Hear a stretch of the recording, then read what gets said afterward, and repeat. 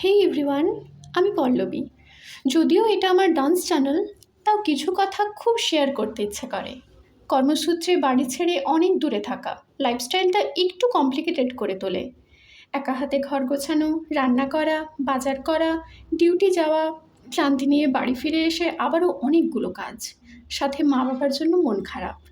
যদিও আমি নিজের কাজ নিজে করতেই পছন্দ করি, হ্যাঁ অনেকটা সময় লেগে যায় এই যা। নিজের থাকার জায়গাটা একটু সাজানো গোছানো হলে বেশ লাগে। একা থাকতে গেলে খারাপ লাগা তো থাকবেই, তাই নিজেই নিজেকে ভালো রাখার দায়িত্ব নিয়েছি। সাথে ঘন ঘন মায়ের ফোন আমাকে একাকিত্ব বোধ করতে দেয় না।